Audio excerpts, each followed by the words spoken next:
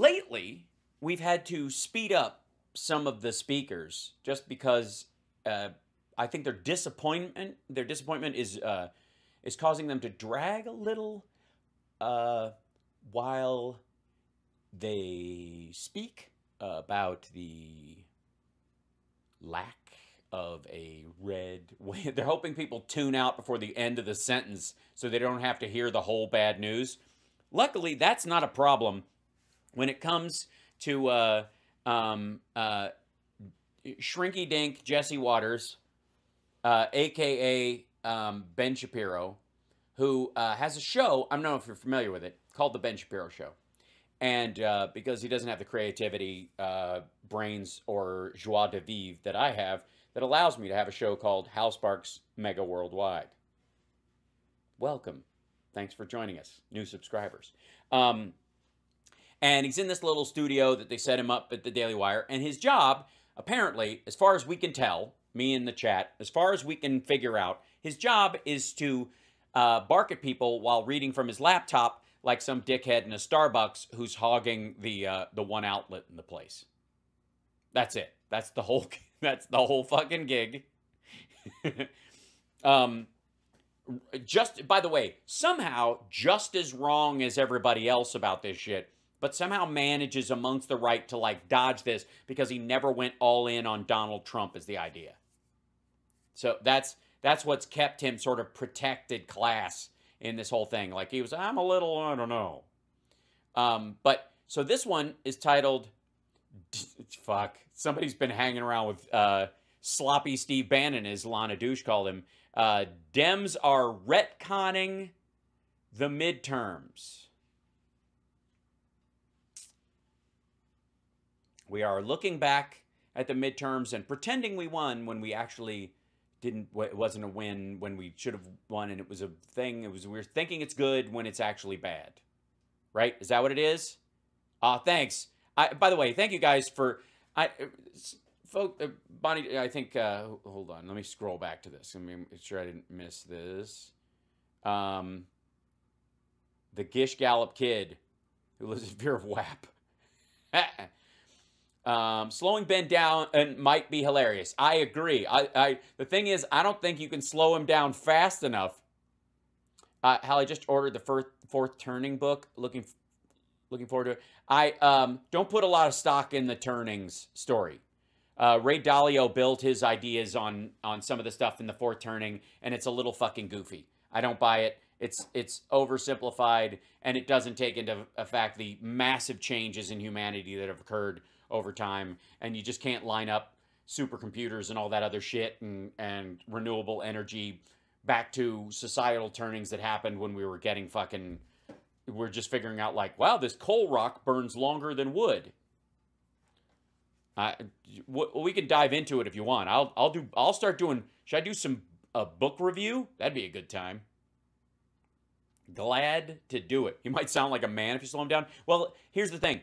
YouTube does not quit it. YouTube does not slow the pitch when it slows down. It uses an algorithm that just speeds up the speed of the actual conversation, but doesn't actually lower the pitch like old school turning a tape down because it's done with a computer. So yeah, Hal Sparks' book club. It could be a good time. I'm for it. Okay, so let's see. The Dems are retconning. Is that what we're doing, guys?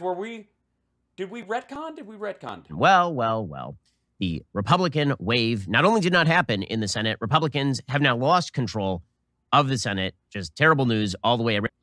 Well, I think it's relative. I wouldn't call it terrible news personally. I think it's, Around Adam Laxalt went down to a very, very narrow defeat. Yeah, so did. In Nevada. Now, there are a lot of questions people are asking about the vote. Yeah. Don't do it. There's a lot of questions people are asking about. Yeah, about Republican-led counties in Republican-led cities that somehow you guys don't trust. Vote counting process over in Nevada because it just seems, and again, I have no evidence to this effect. Well, then shut the fuck up. Why bring it up? It just seems to me that, from, hanging around Q threads, the U.S. government created AIDS as a way to depopulate Africa and the subcontinent so that we could, because the Illuminati likes, I don't know, gold and mangoes. Shut the fuck up. But I see why people are suspicious, because they listen to you and they go, well, I'm not saying, but I am saying. I'm not saying. I'm just asking. I'm just asking questions in a way that sounds like a sentence. seems like every Republican with a large lead a week before the election. Again, puff polls, stupid, annoying. Result is announced, suddenly has that lead chipped away over the course of like a full week. This is why you have to have verified and good voting procedures. Florida, we do. That's why it takes so fucking long, because everybody doesn't trust it. So they're like, okay, make sure every T is crossed and every I is dotted, or these motherfuckers will follow us home in their pickup trucks and shoot up our goddamn houses. So everybody's tiptoeing. The slowness of the races in a lot of these places is directly linked to the fucking lunatics that came out after 2020. The assholes with guns in parking lots. The people like, we're being denied the ability to be election watchers. Like, no, you aren't. We have a Republican, we have a Democrat, and in a lot of cases, we have an independent here looking at this shit, and they signed up weeks ago when you were supposed to. You can't just storm the fucking place and overwhelm, and then suddenly we have way more Republicans than we do Democrats, and the Democrats have a case for including more votes later on. You're hurting your own cause. Get the fuck out of here. Now is able, as the third largest state in America, to count all of its votes night of, but Nevada was still counting votes as of the Sunday after the election, like 5-6 days later. None of this is any good. Laxalt, however, the race has been called. He lost to Catherine Cortez Masto, which means the Democrats now maintain by a margin that was double what Biden won the state as. Control of the Senate with Blake Masters' loss in Arizona to Mark Kelly, and that means that the Herschel Walker runoff over in Georgia is merely for control of a 50th vote. It is not for control of the actual Senate at this point, which means Chuck Schumer remains the majority leader. The media, of course, were in a state of full-scale celebration over the weekend. MSNBC, CNN, they were full-scale celebration. So when they announced this, even so I'm sure MSNBC was this, but even like CNN, NPR, Fox News, whatever, just what did they do? Pop champagne, full-scale celebration, like full-fledged. What do you say? Full-fledged or scale? I forget. Of course, we're in a state of full-scale celebration. Full-scale. All right. Over the weekend, MSNBC, CNN, they were beside themselves with happiness. They were beside themselves with happiness. Well, all right. Here's what it sounded like. Oh. CNN now projects that Democrats. Oh, this is going to be fun because I've never seen Wolf Blitzer giddy before. Hopefully, will keep control of the United States Senate, holding on to the majority they narrowly won 2 years ago. This is an extraordinary victory for the. Dude, slow down. It's happiness is like sunlight. Too much of it can burn. Democrats, as the battle for control of the House continues to play out. We are making this call because we can now project that Democratic Senator Catherine Cortez Masto will win re-election in Nevada. Democrats will maintain. All right, that was so far. It's you know what it's like one of those videos you see online where they give somebody cochlear implants and or they can see colors for the first time with a special pair of glasses. You know, that kind of joy. That's all I heard coming from Wolf Blitzer. Weren't you just overwhelmed? Yeah, that was giddy. That was full-scale celebration. Their majority in the United States Senate. And as Neil was saying earlier, this is very good news for the Biden administration. Oh, are you? Very good news for the Biden administration. Can we not have a see-through podium at CNN anymore? Because every time the Democrats win, I don't need to see that many erections. It's just wrong. And I think one of the things when we take a long view of this is that this may be the moment that we discovered that Donald Trump is not a kingmaker any longer. This is it. His candidates did not do well. His election. By the way, they said the same shit over on Fox. Why is this all of a sudden the standard? Denial was not a big issue in this campaign. And I think that Republicans are going to have to do an awful lot of soul searching about whether they actually ran on issues that were geared to them. Yeah, that's, well, now we're definitely going to see it. I mean, we've got Ali Velshi, like, leading this off. Obviously, he's going to be, like, he's going to be, like, throwing up confetti and blowing a noisemaker. Democrats have retained control of the United States Senate. This is a remarkable conversation to be having. They have not only defied expectations, they have defied history. That's just true. Again, that's a confused young man. That's what we're all looking at. Man, I mean, orgasmic joy over on MSNBC. Okay, easy. Easy there, sailor. First of all, how would you know? Because judging from your take on things, I don't think you've ever experienced it, and you sure as fuck have never seen it. Orgasmic joy. Ew. NBC and CNN over the Democrats maintaining control of the Senate, as you would expect, since they are an adjunct of the Democratic Party. Why was Fox saying the same thing? Well, one of the fascinating dynamics that's now broken out is how many members of the media are trying to keep Donald Trump front and center of the conversation in terms of 2024, mainly because they love... Motherfucker, he's announcing tonight. What do you mean front and center? The Republican candidates were like, there were two groups of Republicans running. Those who couldn't cling to his nutsack tightly enough during their run, and those that couldn't stiff arm him the hardest, going, fucking back off, dude, I might have this. Him, and he makes them so much money. So you have all the people who have made a living off of Donald Trump being the center of the political, like Mary Trump, right? No one ever heard of Mary Trump.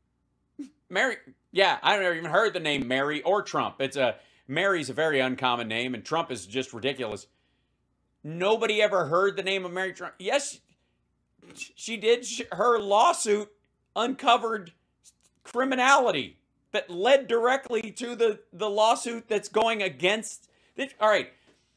He tried to hide money from her and the rest of the family the same way he did from the banks.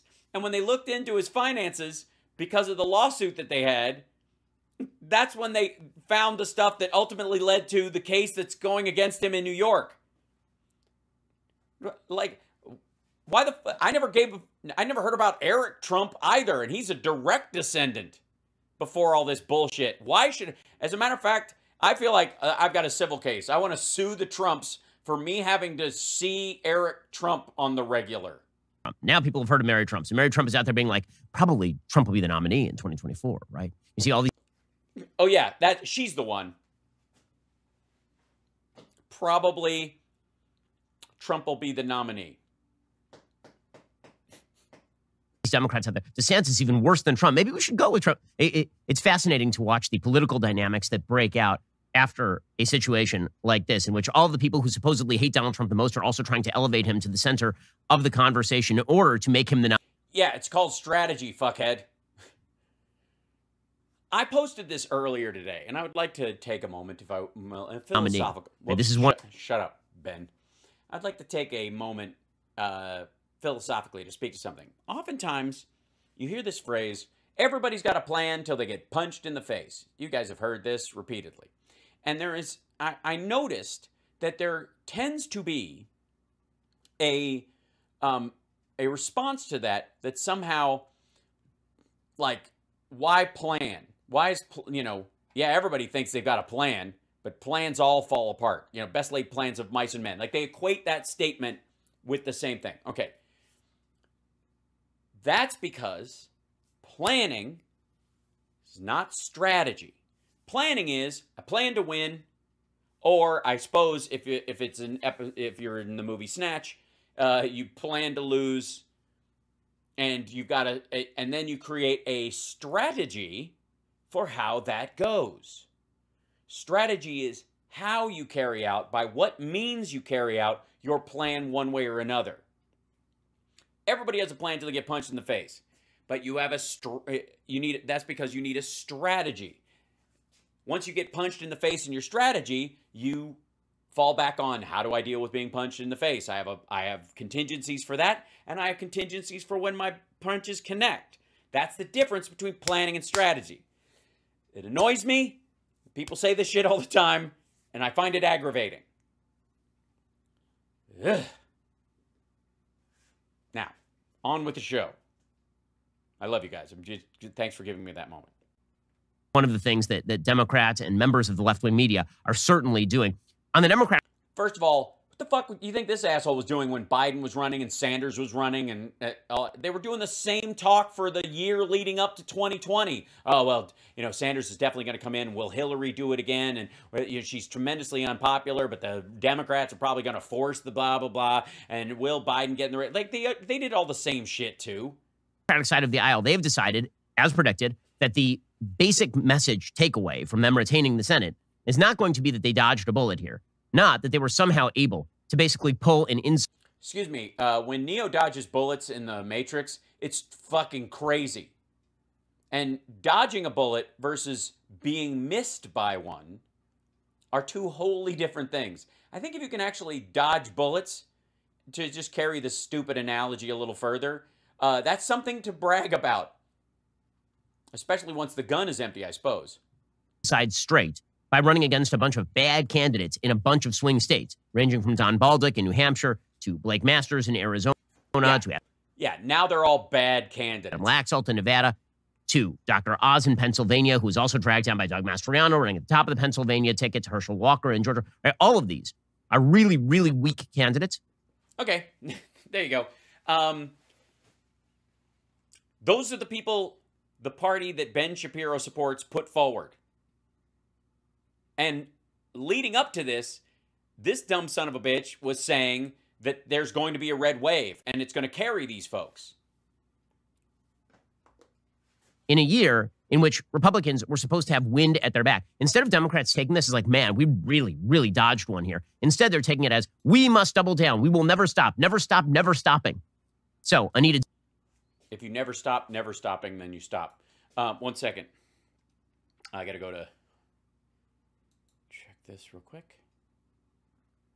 I'm just looking up something because I have a sneaking suspicion, if I may. I will say there is a real problem when I've been looking up, let's see.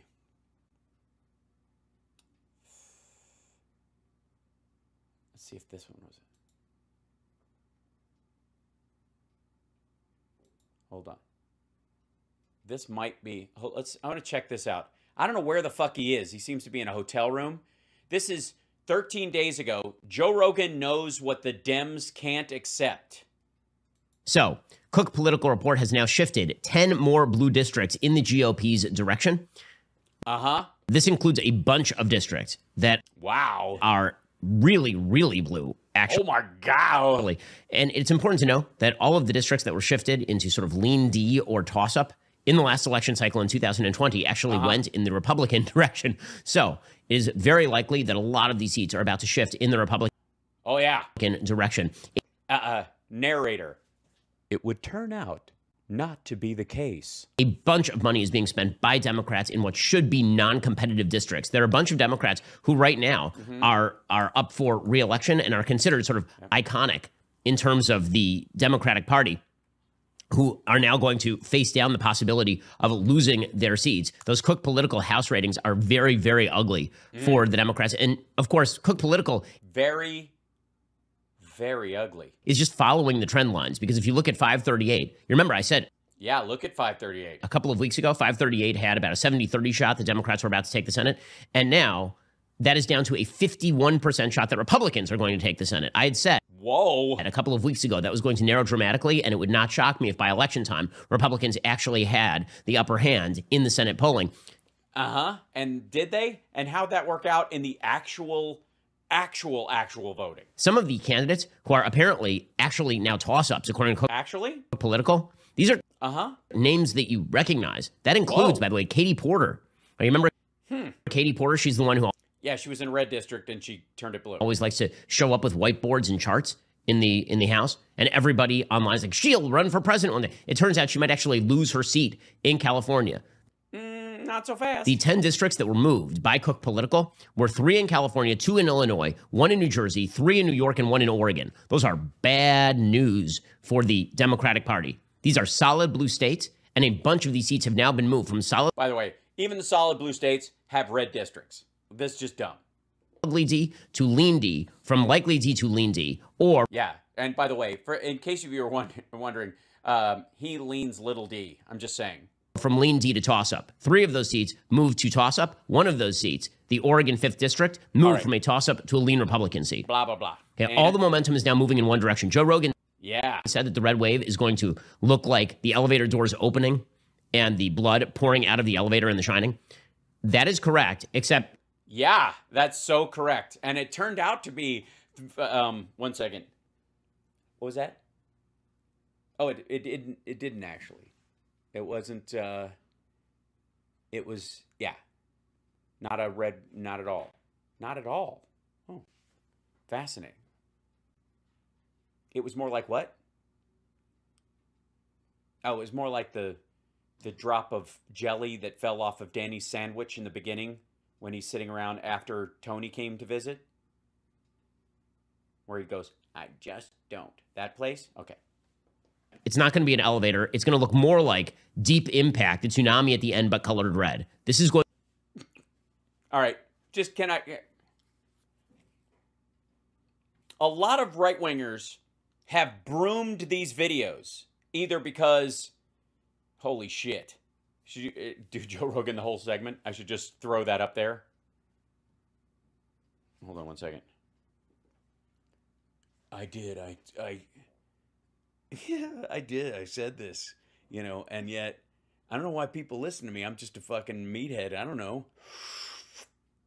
It's not like I smoke weed fucking all day and watch paranoid YouTube videos and it plants seeds in my porous frontal lobe. It's because it's fun to watch these people get happy, man. All right. Joe Brogan. That's a good character name for him. I like it. Going to be a huge year for Republicans by all available data. And Democrats are freaking out. And the reason... Are we? Were we? Was I? Was I really? The reason they're freaking out is because they know what is coming. And so the pre-criminations have begun, as they say. Oh, yes. Oh, yes. I was already laying blame at this point. Okay, let's skip back to the other video. So, because I wanted to point out just how full of shit and how, like Ben Shapiro using some sort of an extension, I'm assuming, perhaps a bendy straw, was sucking his own dick about this stuff 2 weeks ago, and now all of a sudden he's like, these were weak candidates. I mean, we knew they were weak candidates. We're weak candidates. We're weak candidates. Shut the fuck up. They say the pre-crimination. Hold on. The pre-criminations. Dunn, advisor to the president of the United States, says Joe Biden is going to keep doubling down and doubling down and doubling. Like, as I said last week, first party to learn the correct lessons of the election, which is that people just want sane legislation. People just want not crazy people in the government. First party to recognize that wins. Yeah, and that was the Democrats. That's what he was talking about. The infrastructure bill, lowering the cost of prescription medication, capping the cost of insulin, getting lead pipes out of supporting democracy in Ukraine. Like, these are not extraordinary, like outlandish concepts in governance. As a matter of fact, they're incredibly fucking popular. That was the lesson. That's why he's like, I'm not going to change anything I did. We're going to reach across the aisle. We did gun legislation. We did some other stuff. And we did it with Republicans joining us. Do that. Yeah, made in the USA. Exactly. We got 9 fucking new chip factories making the highest quality chips on the fucking planet that exist in the United States now because of direct influence by the Biden administration. But apparently Democrats are not going to take that message away. They're just going to keep doubling down here. No, you have a weird opinion about things like the infrastructure bill or even the Inflation Reduction Act that somehow makes them sound extreme in your tiny little furry head. And that's why you think this is bad. You think they're going to learn the lesson that stuff works or that they're going to keep doing stuff like that. Yes, because the majority of Americans want it. Look at the abortion measures that ate shit. Democrats fought those. They campaigned against them heavily, and they lost. They lost. Those things went down. The Democrats were right about that. The Republicans, did they learn the lesson from that? Did they learn not to put that shit forward? Did they not? Did they learn the lesson that running your entire party based on what you want MTG and Amy Coney Barrett to pull off on your behalf is a losing strategy? I don't think so. He's a weirdo. When you look at these polls, let me put up a graphic here from the exit poll where... Oh, yeah. Super lefty Antifa member on the weekends, Chuck Todd. More people said that Biden's policies are mostly hurting the country than helping the country. Yeah. These are the same polls, by the way, from the same people that turned out not to be correct, not to be reflective of the actual electorate. Do you really believe this is a messaging problem? As the president traveled the country, and I had the opportunity to travel with him in that final week, you didn't go to a congressional district or a state where the Democrats weren't running on some aspect of the president's agenda, whether it was lowering prescription drug prices or the Inflation Reduction Act clean energy provision. Yes, we know this, but I want to get to the Ben Shapiro part where he's responding to it. It's like playing a giant clip from this. There you go. Hold on. It takes a little time to implement these things. Yeah, just, do I have to order something or can I keep using the Wi-Fi for another 2 hours? Sir, we closed 2 hours ago. Look, I'm just waiting till you all go home because I like that mannequin in the window and I want to take it home.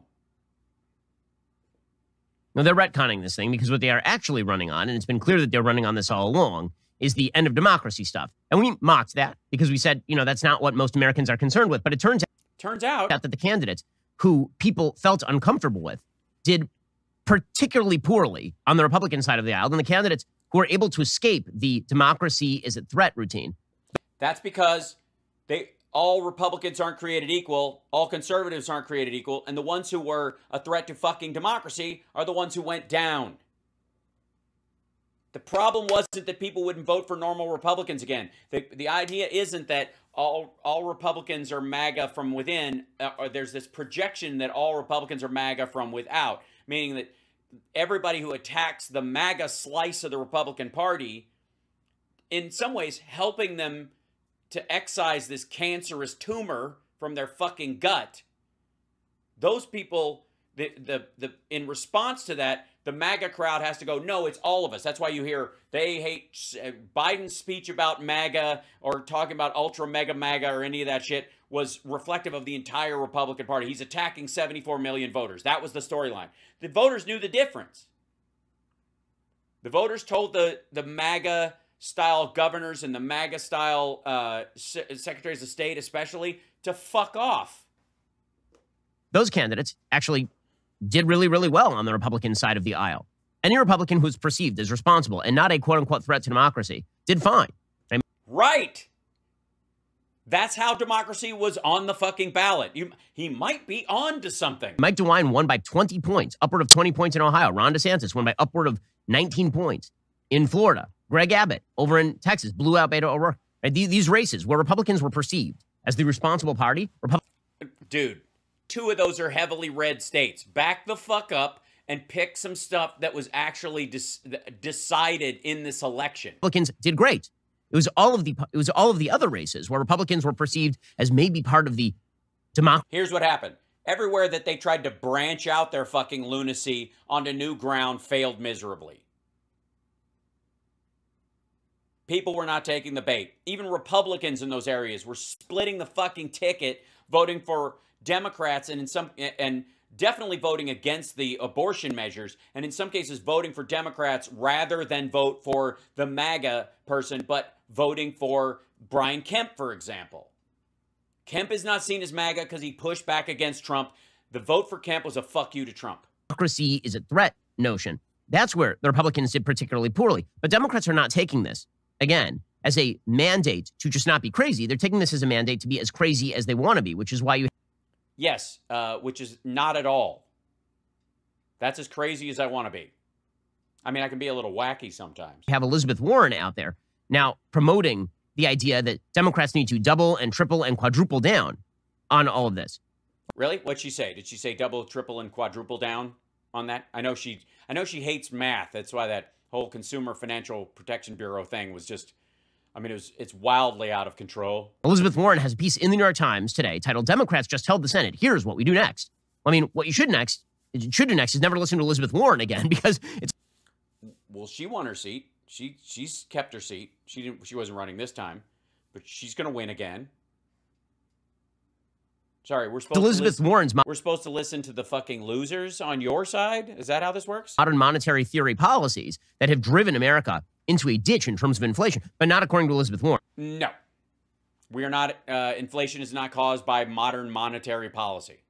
According to Elizabeth Warren, her agenda, the Bernie Sanders agenda, it is wildly popular with Americans. Again, everyone taking the wrong message away from the election. According to the New York Times, is Elizabeth Warren. President Biden presided over the... Wait a minute, you're reading from the New York Times? Aren't they the mainstream media and can't be trusted? Best midterm elections for a party in the White House in 20 years, despite Washington insiders predicting Democrats would be wiped out. This electoral success belongs to Mr. Biden. So it's not about Trump. It's not about Trump picking bad candidates or Trump not funding those candidates or Trump sending out emails in the last days of the election asking for people to fundraise for the candidates in which there was like an 80-20 or 90-10 split in favor of Trump's super PAC versus the direct candidate spending.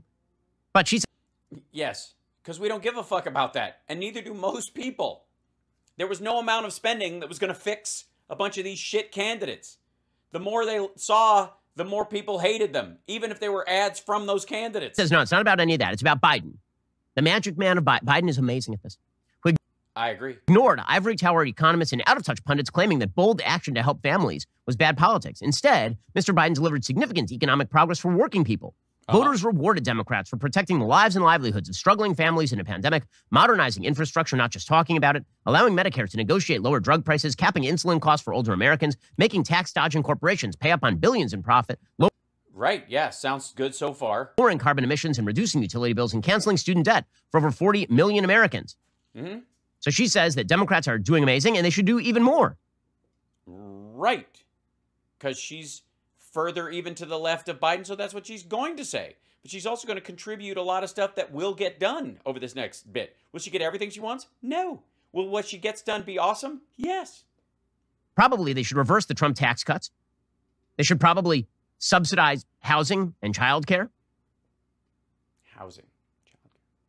Well, I wouldn't call it subsidizing childcare because, quite frankly, that's a limited line. You know, there's human women only have a limited fertile window as far as their years, and children only are toddlers and preschool for a limited amount of time. So that's actually one of the areas where you get the biggest bang for your buck with the lowest amount of long-term fraud because there's a natural bookend on it. Unlike, say, something like welfare or something like that where you could say that somebody could defraud it forever, that's one of the areas where you can help a lot of people, and it's very difficult to defraud the government or the state that pays for it because it's got to end at a certain point. Anyways, where were we? Oh, yeah, back with this douche. Sorry, I had to stop for a moment and just be musical. Yeah. So here we go. Pass a codification of Roe. Just keep going. Go as hard as you possibly can. No. And by the way, passing a codification of Roe is not as hard as you possibly fucking can. Roe still leaves viability standards up to the states. Roe is about medical privacy. It's not extreme or psychotic or strange, and it managed to hump right along as the law of the land for a long fucking time without some sort of like out of control abortive tidal wave, no pun intended, happening across the country. So fuck you. Elizabeth Warren says, the unfinished business of the Biden agenda and the way to help families and win elections is to continue doing all of this stuff. The 2022 midterms prove Democrats can beat Republican extremism. Instead of capitulating to election deniers, we should keep fighting for working families because when we fight for working people, we win.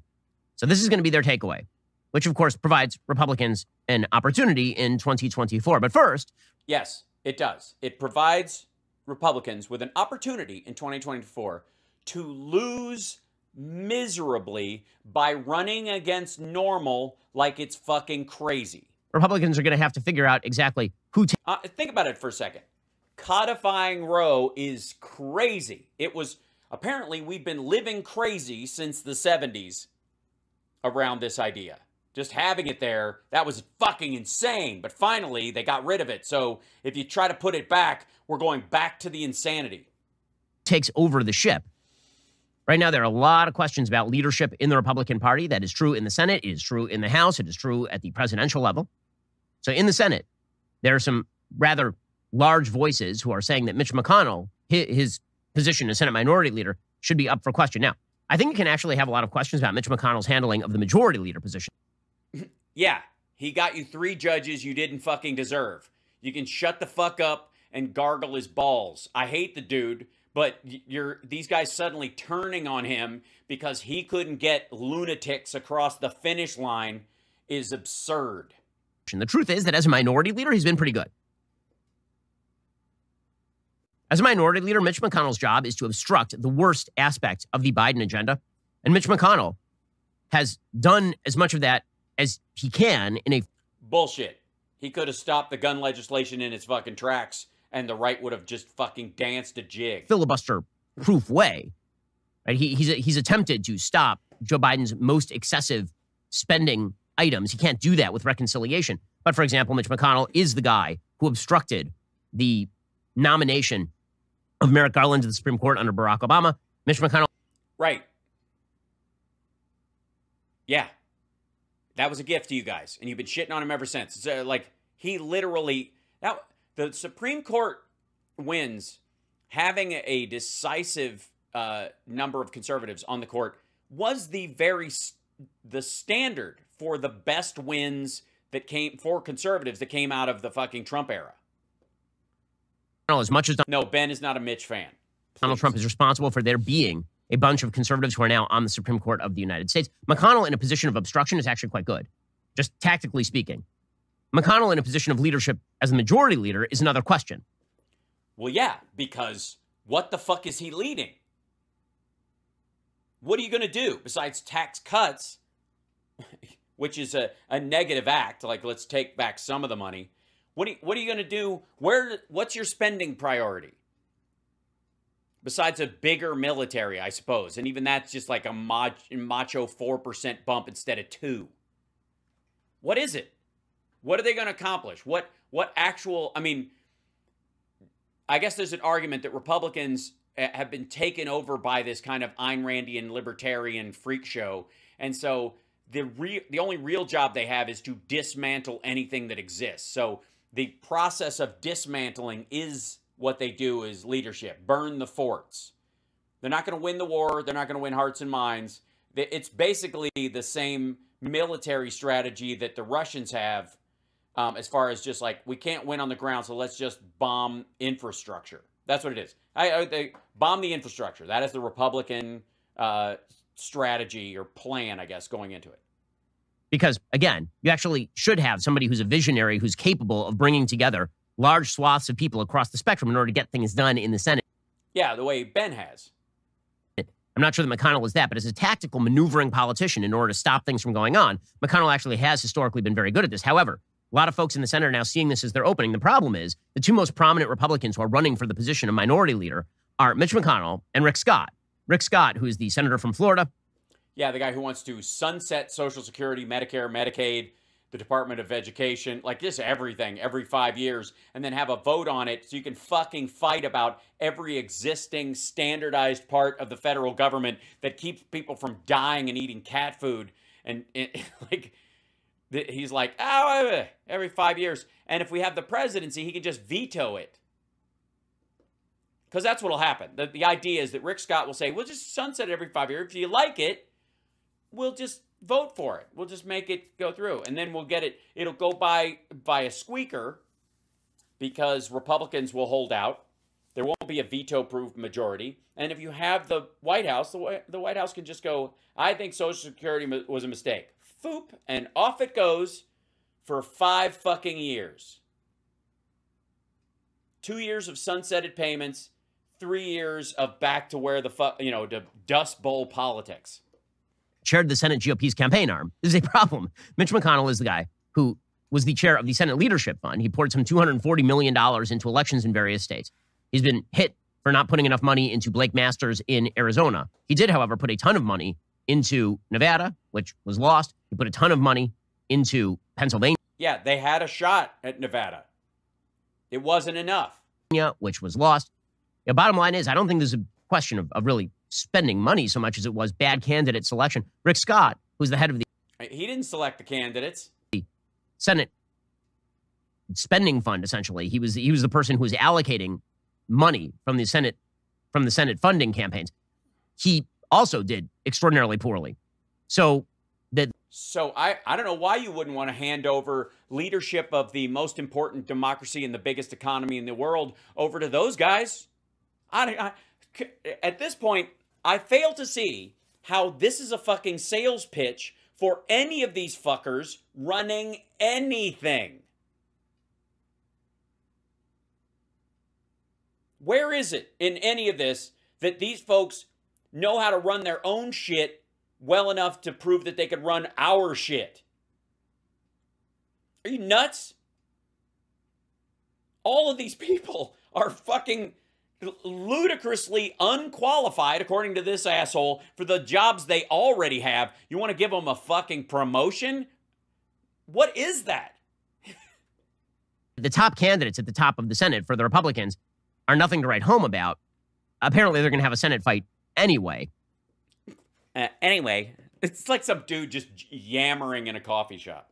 Now, that is likely to roll. Dude, we're on a date. Could you just keep it fucking down? Like, are you wearing headphones on your Zoom? Oh, you're not even on a Zoom call. You're just talking? Who the fuck are you talking to? Shut the fuck up. Roll out a little bit this week. My guess is that McConnell keeps control. A lot of folks, ranging from Marco Rubio to Ted Cruz to Mike Lee, they've suggested that at the very least, the Senate election in Georgia should happen before there's some sort of vote on the Senate leadership, which makes... Yeah, Ginny Thomas said that too. We're listening to her now? Some sense. I mean, you want the senator from Georgia, if it's Herschel Walker, to have a vote on that particular matter. It won't be. They know it. They want to get on with it. With that said, do I think that the leadership at the top of the Senate is going to be the main issue going forward? I don't. Right? There are a lot of people who are critical of McConnell. Fuck, man. This is so goddamn boring. Like, I'm glad we addressed some of the arguments here, because you'll see them in their purest form coming out of this bullshit. But this is just... Talk about arranging the deck chairs on the Titanic. Fuck me. Just, It's like somebody trying to murder you with a bent butter knife. And you're like, dude, do your worst. Well, basically, the fight against McConnell for a lot of people has turned into a proxy fight in favor of Trump. One of the things that's happening here is, who do we blame for what just happened in the Senate? I blame you. I blame Ben Shapiro, for the record. Can I just go on record as I blame him? Why not? Since we're not talking about actual voters having an actual say, if we want to pin the blame somewhere, since nobody as a single person deserves the blame, since it doesn't fucking matter, I blame Ben. Ben Shapiro, this is all Ben Shapiro's. Ben Shapiro fucked up the red wave. There, I said it. Can we just... Settled? Good. Can we go back to talking about shit that actually matters? What a waste of fucking time. A lot of people are looking at candidate quality and the fact that Donald Trump spent almost $0 on the candidates that he chose. And then many of the candidates that he chose that... Oh, no. He spent a lot of money. He just spent it on himself. The candidates who were the most Trumpy did very poorly last week. And a lot of people... The most Trumpy did very poorly. They did poorly. Poor little littleums. People who are anti-Trump are siding with McConnell. And my question is, so why not both? Right? Shut the fuck up. Maybe everybody is bad. Yeah, maybe you're bad. And again, what's the linchpin between the two? Who has been carrying one ball from each in each hand this entire time? Ben Shapiro. Everybody, you're looking for someone to blame instead of your fucking self, maggots. So, and I know you can't blame Trump, and I know you want to blame Mitch McConnell, but the fucking House should have been a bigger win, and he had no effect on that. And you can't, if you have a real conversation, it'll fuck up your whole life. Just go ahead, do it. Just blame Ben Shapiro. Now, we all know that tomorrow I'll tell you to do the same thing to Glenn Beck, because it's a fucking stupid argument. But since you seem to need someone to throw all your shit at, might as well be Ben. At their jobs. Alrighty, guys, the rest of the show is continuing now. You're not going to want to miss it. We'll be getting into the rest of the Sam Bankman-Fried FTX meltdown. It is a massive political story. Plus, Dennis Prager joins us to discuss the rational... Oh, Jesus Christ. And join us behind the fucking paywall for the real truth. Can I just say, TYT does this shit too. I know you got to make money, but for fuck's sake, one of the complaints I get, because I have a Patreon, patreon.com/HouseSparks, and I'm terrible at creating content just for my patrons. I'm awful at it. Because I can't bring myself to... I keep trying to think, do I do a private podcast or a Q&A or something? But the whole purpose of supporting the show, in theory, is not to get some sort of, like, you know, special access. It's because you appreciate what I have to say, and you're hoping I can say it to a bigger crowd, and you help me solve the tech issues that I have and broaden the ability for me to spread the message. And that's why, in theory, people support via Patreon. So what the fuck is the point of creating a members-only paywall where that's where the real truth gets said? It just sounds like a fucking scam. Now, if you have, like Stuttering John has his beer on the balcony thing that he does, which is totally different from his regular show, which is more politically oriented. And then he does his beer on the balcony, and it's just kind of like little conversations, and that's only for patrons. I kind of get that, because it's not related to the truth about politics and the truth about the message and getting, the vote out and all that kind of shit, which is arguably what TYT and the Daily Wire are all about. Informing and motivating their side of the political spectrum, right? That's what the fucking thing is for. Well, then why the fuck are you hiding behind a paywall? Other than it was a grift to fucking start with. I hate that shit. Thanks, Maria. Thanks, Janelle. I try. But I mean, honest to God. Like, I don't understand that. Why would I want to... I've got some real insider scoops about how you should vote and what judges really matter and what candidates really said, and I'm going to hide it behind a fucking paywall. What the fuck for?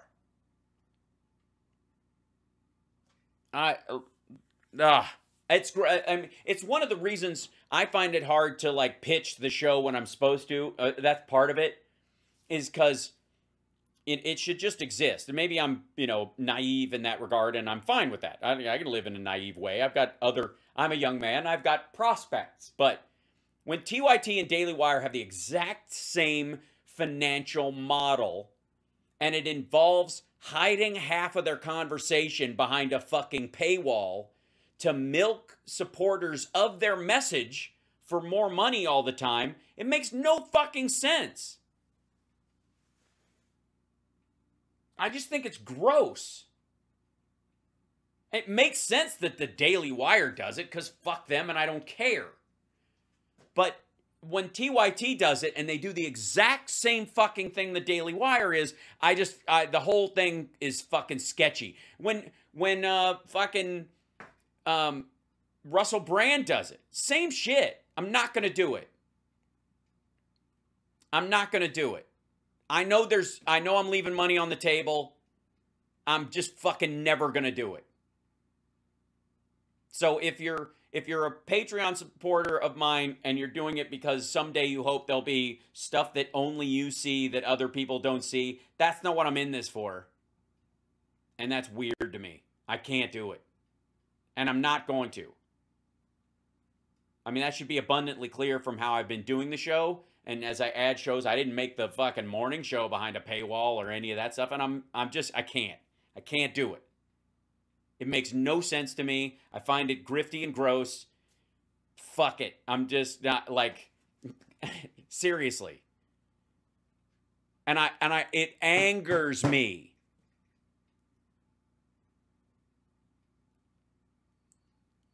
Yeah, and TYT has, you know, they've got, you know, 10,000 more people in their chat than I do because they're a fucking target and they made themselves a target and that's how they make their money. Fuck them. But I'm not going to do it. I'm going to say what I say and stand by what I say. I'm going to do it on this show and, you know, and yeah, that's it. Yeah, the bonus show or whatever. I'm not doing that kind of stuff. I find it gross. I find it gross. I think it's, and there's no reason why I wouldn't find it gross when he does it, but be okay when other people do it. Just the whole thing is stupid. Fuck that.